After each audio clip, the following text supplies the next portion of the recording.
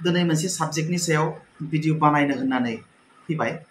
गासैजोंबो रायज्लायनो नागिरदों आं शेयार मार्केटनि भिडिअ आपल'ड होबाय थादों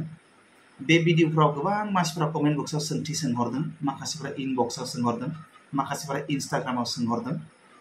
ओंखायनो आं सानबाय मा शेयार मार्केटनि सोमोन्दै जेसे हायो मानसिफोरखौ एसे गियान होनो नाजानाया मोजां जागोन सानबाय ओंखायनो बे भिडिअखौ लाबोबाय गोबां मानसिफोरा शेयार मार्केटखौ फेक सानो आरो आंनि भिडिअफ्राबो माखासेया बे फेक एपफोरनि सोमोन्दै मानो भिडिअ बानायलाबायदों होननानैबो कमेन्ट लिरहरदों नाथाय आं बुंनो नागिरदों शेयार मार्केटआ जेबो फेक फ्रड नङा बियो मोनसे रियेल जिनिस बेयो जाबाय कम्पानिफोरनि मोनसे मार्केट बे मार्केटआव नोङो फैसा इनभेस्टमेन्ट खालामनो हायो शेयार मार्केटआव फैसा इनभेस्टमेन्ट खालामनाय माने भारत हादरनि बा मुलुगनि जायखिजाया गिदिर गिदिर कम्पानिफोराव फैसा इनभेस्टमेन्ट खालामनाय माखासे गिदिर गिदिर कम्पानिफोरा शेयार मार्केटआव गावसोरनि मुंखौ थिसनो लिस्टिं खालामनानै लायो आरो जेब्ला शेयार मार्केटआव लिस्टिं जायो मोनसे कम्पानिया जों बे कम्पानिफोराव शेयार बायनो हायो शेयार बायनाय माने कम्पानिनि मालिकफ्रा कम्पानिखौ बाहागो खालामनो आरोखि हमना ला मोनसे कम्पानि ओरैनो साप'ज आरोखि गोरलै बुजिनो थाखाय मोनसे एग्जाम्पल लानि मोनसे कम्पानि बे कम्पानिया 10 थाखानि कम्पानि आरो 10 थाखानिथ' कम्पानि थाया क्रर हाजार क्ररनि कम्पानि थायो 10 थाखानि कम्पानि आरोखि दाना 10 थाखानि कम्पानि बा कम्पानिनि मालिकफ्रा दाना बे कम्पानिखौ फेहेरनो नागिरबाय आरोखि फेहेरनो नागिरोब्लाथ' कम्पानिनि फैसा नांसिगोन दानियाबा माबायदि फेहेरनो ओंखायनो शेयार मार्केटआव लिस्टिं खालामनानै कम्पानिया हमना ला 10 थाखानि कम्पानिमोन नालाय 10 रांनि कम्पानि बे 10 रांखौ 10ता बाहागो खालामबाय आरो अब्ला बाहागो मोनसेयाव बेसेबां गोलैगोन 1 रां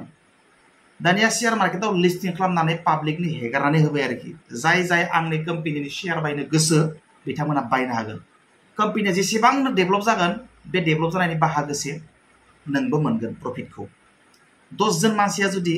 हमना ला 10ता शेयार आरोखि 10ता शेयार बानायबाय 10ता शेयार बानायनानै पाब्लिकनि हेगारना होबाय दाना जाय जेरै हागौ बायनांगौ 10ताल' शेयार थायो हाजार शेयार थायो आरोखि कम्पानिया मानो होनबा हाजार क्ररनि कम्पानि जायो नालाय दाना 10 रांनि कम्पानिया गासै मोन 10ता बाहागो बानायबाय बाहागो माने शेयार मोन 10 रांनि मोन 10 बाहागो बानायबाय पाब्लिकनि हेगारनानै होबाय दाना पाब्लिकफ्रा बायनो हासिगोन मोनसे शेयार लायो ना मोननै शेयार लायो नोंनि गोसो मोनसे शेयार लायोबा नोङो 1 रां होनांगोन मोननै शेयार लायोबा नोङो 2 रां होनांगोन मोनथाम शेयार लायोबा नोङो कम्पानिनो 3 रां होनांगोन अब्ला कम्पानिया जेसेबांनो जौगागोन बे जौगानायनि बाहागोसे नोंनि जागोन आरो मोननै शेयार बायदोंब्ला मोननै बाहागो बायदोंब्ला जेसेबां कम्पानिया जौगागोन मोननै बाहागो नोङो मोनगोन दाना समजों लोगोसे कम्पानिया जौगालांबाय थायो हादोरा जौगालांबाय थायो हादोरनि इकोनमिया जौगालांबाय थायो जेब्लानो कम्पानिया जौगागोन एसेबांनो हादोरनि इकोनमिया जौगागोन आरो जेब्लानो हादरनि इकोनमिया जौगागोन एसेबांनो नों जेराव इनभेस्टमेन्ट खालामदों जाय कम्पानियाव इनभेस्टमेन्ट खालामदों बे कम्पानियाबो जौगालांबाय थागोन नोङो दिनै बायनाय समाव बे कम्पानिनि शेयार मोनसेनि बेसेना 3 रांमोन बायनाय समाव नाथाय 1 बोसोर 2 बोसोर 3 बोसोर 10 बोसोरनि उनाव बे शेयारनि बेसेना 1 रांमोन नालाय 10 बोसोरनि उनाव बे शेयारनि बेसेनानो 10 थाखा 20 थाखा 100 थाखा जाहैगोन आरोखि जिखिनि मानो होनना बुङोबा जिखिजाया बुस्थुनि दामानो बारायखायो कान्ट्रिया जौगागोन इकोनमिया जौगागोन कम्पानिया जौगागोन गासैबो जौगागोन नोंनि शेयार प्राइसआबो जौगागोन 1 थाखा बायदोंमोन 1 बोसोरनि उनाव 2-3 थाखा 5 थाखा जागोन बियो 10 बोसोरनि उनाव बिनो 100 थाखा जाहैगोन 1 थाखा बायनायानो स' बेबायदि अब्ला नोंथाङा प्रफिट मोनबाय दाना नोंथाङा बुजिबाय शेयार मार्केट माने मा शेयार मार्केटआव फैसा इनभेस्टमेन्ट खालामनाय बेखौनो बुङो इनभेस्टमेन्ट माने कम्पानिनि शेयार बायनाय आरोखि ओंखायनो नोंथाङा जुदि मोजां जोङो बाहायबाय थानाय सानफ्रोमबो बाहायबाय थानाय कम्पानिफोरनि शेयार बायोब्ला नोंथाङा बे कम्पानिनि प्रडाक्टखौ बायोब्ला नोंथाङा जास्ट नोंथांनि डेभेलपमेन्टनि थाखायनो माल बायनाय जायो आरो मानो होनबा कम्पानिया नोंनिबो बाहागोसो जाबाय नालाय माबा मोनसे माल बायोब्ला माबा मोनसे मुवा बेसाद बायोब्ला नों जाय कम्पानियाव शेयार बायना दोनदों बे कम्पानिनिफ्राय नोंथाङा जे माबा मोनसे प्रडाक्ट बायोब्ला जि जोम जानाय लोंनाय जायखिजाया मुवा बेसाद बायोब्ला अब्ला नोंथाङा नोंथांनि कम्पानिनिफ्रायनो बायनाय जायो आरोखि अब्ला नोंथाङा नोंथांनि कम्पानिनि थाखायनो नोंथांनि जौगानायनि थाखायनो मुवा बेसाद बायनाय जायो स' बेयो मोनसे इन्टारेस्टिं आरो इनभेस्टमेन्ट खालामनाया मोनसे बिराद इन्टारेस्टिंबो आरोखि नोंथाङा जै इनभेस्टमेन्ट स्टार्ट खालामबाय नुबाय थाखायो नालाय बारायनायखौ प्राइसफोरा बारायलाय खमायलाय जानायखौ नोंथांनि प्राइसआ बेसेबां बारायखो नोंथांनि कम्पानिनि शेयार मोनसेनि दामा बेसेबां बारायदों बेसेबां खमायदों नोंथाङा बेसेबां प्रफिट जादों बेसेबां लस जादों नुबाय थाखायो नालाय इन्ट्रेस्ट नाङो आरो ओंखायनो बुंदों investment is a kind of enjoyment होननानै बुंदों आरोखि स' बेबायदि दाना जों थांसै नेक्स्ट मोनसे बाथ्रायाव नेक्स्ट बाथ्राया जाहैबाय मा गोबां मानसिफ्रानो सोंथि सोंदों इनभेस्टमेन्ट खालामनानै प्रफिटखौ दिहुननो हायो ना हाया हायो इनभेस्टमेन्ट खालामनायनि उनाव नोंथाङा जेब्लानो गोसो अब्लानो नोंथाङा नोंथांनि फैसाखौ दिहुननानै लानो हायो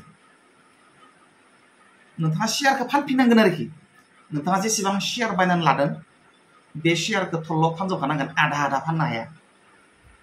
नोंथाङा मोननै शेयार बायदोंमोनब्ला नोंथांनि गोसो मोनसे शेयार फाननानै फैसाखौ दिहुनना लानो हायो माने बेयो मोनसे अनलाइन दखाननि बायदि नोंथाङा जे अफलाइन दखान होयोबा हमना ला नोंथाङा बिजाबनि दखान होदों आरो एग्जाम्पल फिसा होनि आरोखि उनाव नोंथाङा गुबुन रोखोमनि बिजाब लाबोगोन गुबुन पाब्लिकेसननि बिजाब लाबोगोन ओमफ्राय बिजाबखौ नोंथाङा एसे दाम गोसायाव फानगोन ना फाना मानसिफोरनो थिग बेबायदि नोंथाङा गुबुन कम्पानिफोरनिफ्राय गुबुन सेक्टरनि कम्पानिनिफ्राय नोंथाङा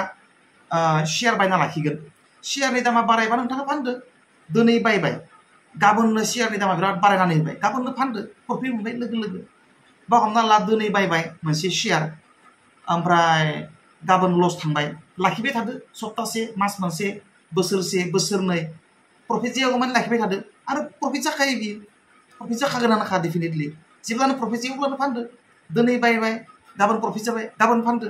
दिनै बायबाय गाबोन प्रफिट जादिया समफोर प्रफिट जाबाय समफोर फानदो ओरैनो गोसो नोंथाङा जेसेबां सान लाखियो नोंथाङा जेसेबां सप्ता लाखियो नोंथाङा जेसेबां मास जेसेबां बोसोर लाखियो बे नोंथांनि गोसो दिनै बायना दिनैनो फानफिननोबो हायो लस लाब दिनै बायना दिनैबो लाब जानो हायो लाबबो जानो हागौ शेयारनि प्राइसआ बायनाय लोगो लोगो बारायना होयोब्ला नोंथाङा प्रफिट जाबाय लाब जाबाय स' बेबायदि ओमफ्राय दाना फैलायदो नेक्स्ट स्टेपआ जाबाय मा शेयार मार्केटावनो इनभेस्टमेन्ट खालामनायनि सिस्टेमफ्रा बेलेग नोंथाङा शेयार मार्केटाव डाइरेक्ट कम्पानियाव इनभेस्टमेन्ट खालामनो हायो एबा कम्पानिफोरनि शेयार बायाब्लासिनो एबा कम्पानियाव डाइरेक्ट इनभेस्टमेन्ट खालामाब्लासिनो इनडाइरेक्ट इनभेस्टमेन्टबो खालामनो हायो आरो बे इनडाइरेक्ट इनभेस्टमेन्ट खालामनायखौनो मिउचुवेल फान्ड होननानै बुङो मिउचुवेल फान्डआव फैसा दोनोब्ला जाय मिउचुवेल फान्डआव नोंथाङा फैसा दोनगोन बे मिउचुवेल फान्डआ अर्गेनाइजेसना नोंथांनि फैसाखौ शेयार मार्केटावनो इनडाइरेक्टलि बाहायो बिथांमोना एक्सपार्ट बबे कम्पानियाव शेयार बायनांगौ बबे शेयारखौ बबे समसिम हल्ड खालामना लाखिनांगौ बबे शेयारखौ मा खालाय फाननांगौ बेफोरनि सोमोन्दै एक्सपार्ट नालाय ओंखायनो जायफोरा शेयार मार्केटनि कम्पानिफोरनि सोमोन्दै सांग्रां नङा बा गियान गैया बिथांमोना मिउचुवेल फान्डआव दोननानैबो फैसा इनभेस्टमेन्ट खालामनो हायो आरोखि बेयावबो प्रफिट खिन्थु स्टकआव डाइरेक्ट कम्पानिनि शेयार बायनायाव जिबायदि प्रफिट आरो लस जायो बेबायदि स्पिडआव लस आरो प्रफिट जाया आरोखि मिउचुवेल फान्डआव ल' रिस्क खिन्थु प्रफिटआबो एसे मिडियाम जायो ल' जायो आरोखि खिन्थु रिस्क गैया आरोखि मानो होनबा गोरों मानसिफ्रानो स्टकआव दोनो नालाय गोरों मानसिफ्रानो कम्पानिनि शेयार बायो नालाय ओंखायनो मिउचुवेल फान्डआव फैसा दोनोब्ला जेबो गिनांगौ गैया आरामसे लासै बारायलांबाय थागोन आरोखि बियो 10 बोसोर 15 बोसोर 20 बोसोर 25 बोसोर 30 बोसोरनि उनाव नोंथाङा लाख थाखा मोनगोन आरोखि मिउचुवेल फान्डआव दोनोब्लाबो आरो स्टकआवनो दोनखायोब्ला नोंथाङा खिन्थु मोजां स्टकआव एनालाइसिस खालामनानै जुदि नोंथाङा दोनबाय थायोब्ला सिस्टेमेटिक शिप होनना बुङो SIP सिस्टेमेटिक इनभेस्टमेन्ट प्लेन बेबायदि सिस्टेमाव दोनोब्ला बेबायदि प्लेनाव नोंथाङा जुदि स्टकआव मोनसे कम्पानियाव सिस्टेमेटिक मास मोनफ्रोमबो बा जेब्लानो सम मोनो अब्लानो दोनबाय जेब्लानो कम्पानिनि शेयारनि बेसेना गाहायाव फैयो अब्लानो आरो शेयार बायदेरबावबाय आरो बांबाय थाबाय जेब्लानो नों बायनाय बे कम्पानिनि शेयारनि बेसेना डाउनाव फैगोन अब्लानो आरोबाव शेयार बायदेरना होबावबाय बेबायदि सिस्टेमेटिक नोंथाङा जुदि 10 बोसोर बा 15 बोसोर 20 बोसोर दोनलांबाय थायोब्ला नोंथाङा मिउचुवेल फान्डआव जेसेबां मोनगोन बिनिख्रुइ डाबल ट्रिपल मोनगोन आरोखि कोटि थाखा मोनहैनो हागोन आरो मिउचुवेल फान्डआवबो नोंथाङा जुदि पार मान्थ 5,000 10,000 जुदि पार मान्थ दोनलांनो हायोब्ला जेने तेने नोंथाङा 20 बोसोर 25 बोसोर दोननो हायोबा नोंथाङा आरामसे क्ररपति जालांनो हागोन आरोखि बिन्दास कुनु गिनांगौ गैया 100% सियर आरोखि बेनि केलकुलेटर दङ नोंथाङा गुगोलाव थुनानै नाय SIP केलकुलेटर होननाय नोंथाङा बरिया पार मान्थ बेसेन दोनगोन खै बोसोर दोनगोन माने मिउचुवेल फान्डआव दोनोबा 12% 13% बेबायदि एभारेज मोनो आरोखि स' बेबायदि स' बेबायदि इनभेस्टमेन्ट खालामनानै बहुत लाख लाख आरो कौटि थाखानि बिगोमा जानो हायो स' इन्टारेस्टिं आरो नांथारगौ आरोखि जोंनि इडुकेसनेल इनस्टिट्युसनफ्राव फाइनान्सियेल इडुकेसन होआ ओंखायनो जोङो जेसेबां फैसा मोनोब्लाबो बे फैसाफोरखौ मेनेज खालामनो रोङा दिनै मोनबाय गाबोन समफोरनो जोबलांजोब्बाय बेखौ बोरै बाहायनांगौ बे फैसा मोननायखौ माबायदि डाबल खालामनांगौ ट्रिपल खालामनांगौ बेबायदि इडुकेसनखौ जोंनो इडुकेसन सिस्टेमा होआ खिन्थु जोंनि मानसिफ्रा मा सानो फैसा इनभेस्टमेन्ट खालामोब्ला 10 बोसोर 5 बोसोर खिन्थु गोसो लाखिखा ब्रेन एकदम ब्रेनाव गोसोजों गोसो डिटारमाइन्ड जाखा प्रिप्लेन जाखा नोंथाङा मिउचुवेल फान्डआव फैसा दोनोब्ला स्टक मार्केटआव बा शेयार मार्केटआव फैसा इनभेस्टमेन्ट खालामोब्ला नोंथाङा एसे सम होनो हानांगोन आरो 10 बोसोर 15 बोसोर 20 बोसोर 25 बोसोर दाना गोबां मानसिफ्रानो दानाबा आरो बरिं नांलायसिगोन आरो बा 15 बोसोर 20 बोसोर 25 बोसोर मानसियानो थैलांगोन दखनलै मा खालामनो नांगौलै 15 बोसोरनि उनाव फैसाखौ 25 बोसोरनि उनाव फैसाखौ मानो नांगौलै होननानै सानो 25 बोसोरनि सिगांबो बेबायदिनो सानदोंमोन दिनैबो जायफ्रा आंनि भिडिअ नायदों दिनैबो सानदों आरो बेखौनो 10 बोसोर 25 बोसोरनि उनावबो बेखौनो सानबावगोन दा दोननालाय मा जाबावनोलै 10 बोसोरनि सिगाङावबो 15 बोसोरनि सिगाङावबो बे भिडिअखौ नुयोबा बेखौनो सानगौमोन दा दोननालाय मा जानोलै 25 बोसोरनि उनावसो फैसा मोनोब्ला दा बेबायदि साननायानो जोबा अन्तत नोंथाङा थैनायनि सिगां सिगां खेबसेबाबो लाख लाख थाखानि बिगोमा जालांनो हागोन आरोखि नोंथाङा थैनानै थाङोबाबो नोंथांनि बिसि फिसाय न'खरा फैसानि बिगोमा जागोन दुखु दाहानिफ्राय अन्तत मानसिखौ मोनाबाबो नोंथाङा थैना थांदोंब्लाबो नोंथांनि जिउखौथ' मोना थेवब्लाबो एसे न'खरखौ सुंथानो थाखाय नोंथांनि मुङाव नोंथाङा दोनलांनाय फैसाखौ मोननानै न'खरा एसे सोलिनो हागोन आरोखि थ' बेखौ साना जोंनिफ्राय सानो जे बा 10 बोसोर खालाय फैसा दोननानै मा खालामनो 10 बोसोरनि उनाव बे साननायानो जोबा जोंनिया